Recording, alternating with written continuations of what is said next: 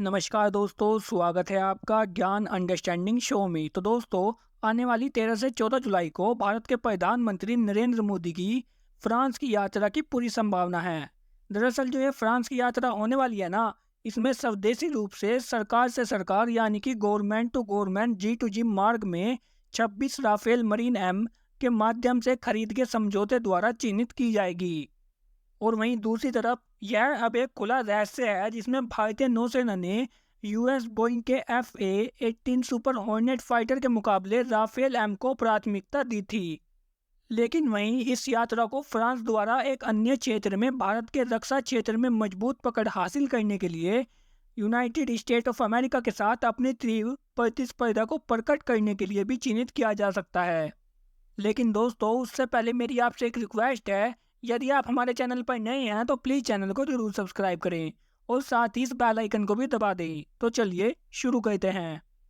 दरअसल जो भारत सरकार के सूत्र हैं ना, उन्होंने खुलासा किया है कि कैसे फ्रांस के राष्ट्रपति इमैनुअल मैक्रोन ने रक्षा प्रमुख सफरान को एक इंजन को संयुक्त रूप से डिजाइन, विकास, प्रशिक्षण, निर्माण और अंततः प्रमाणित करने के लिए हरी झंडी दे दी है, जो कि भारत के जुड़वा इंजन वाले उन्नत मल्टी रोल लड़ाकू विमान AMCA को शक्ति प्रदान करेगा।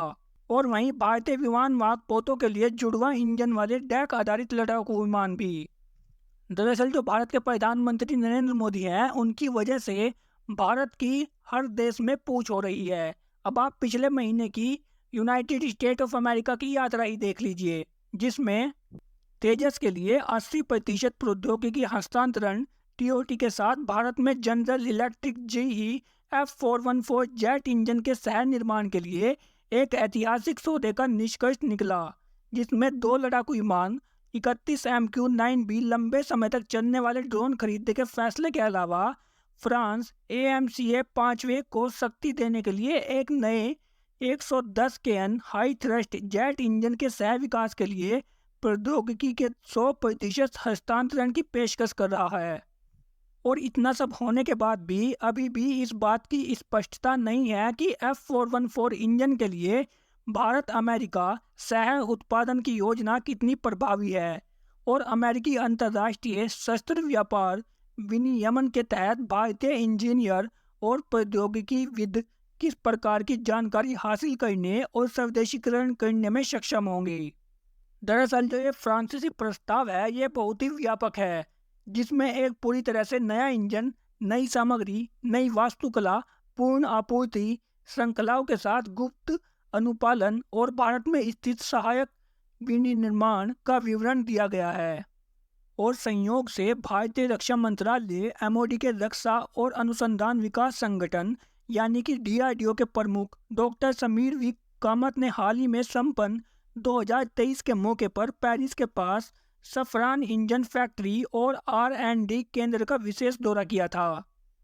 हालांकि दूसरी तरफ अमेरिकी जनरल इलेक्ट्रिक और ब्रिटिश रोल्स रॉयस RR भी AMCA परियोजना के लिए प्रतिस्पर्धा कर रहे हैं। दरअसल हम आपको बता दें कि जो फ्रांस है ना, वो एक विश्वसनीय भागीदार है, क्योंकि भारत की अन्य देशों के साथ अब तक की सभी सुरक्षा साझेदारियों में से फ्रांस के साथ साझेदारी सबसे स्थायी रही है। हालांकि 1998 में फ्रांस पहला देश था जिसके साथ भारत ने रणनीतिक साझेदारी स्थापित की थी, जिसे तब से 30 से अधिक देशों को प्रदान किया गया है। यह विशेष संबंध हमेशा 3 महत्वपूर्ण क्षेत्रों पर केंद्रित रहा है: परमाणु, अंतरिक्ष और रक्षा।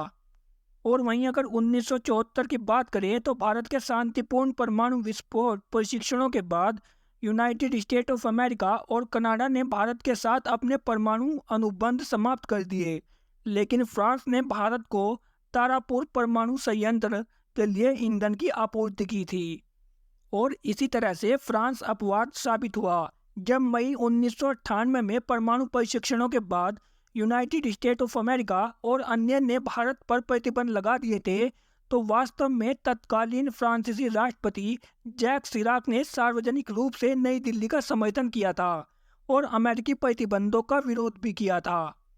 और फिर इसके बाद सितंबर 2008 में परमाणु आपूर्तिकर्ता समूह NSG द्वारा नागरिक परमाणु व्यापार में शामिल होने के लिए भारत विशिष्ट छूट दिए जाने के तुरंत बाद फ्रांस भारत के साथ नागरिक परमाणु समझौते पर हस्ताक्षर करने वाला पहला देश था। अमेरिकी सीनेट द्वारा भी भारत को मंजूरी देने से पहले ही अमेरिका परमाणु समझौता हुआ था।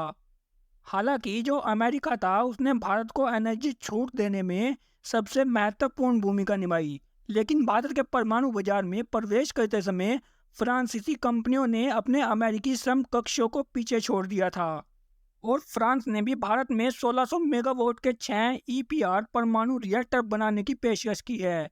में चीज़ें उस तरह आगे नहीं बढ़ी हैं जैसी होनी चाहिए थी।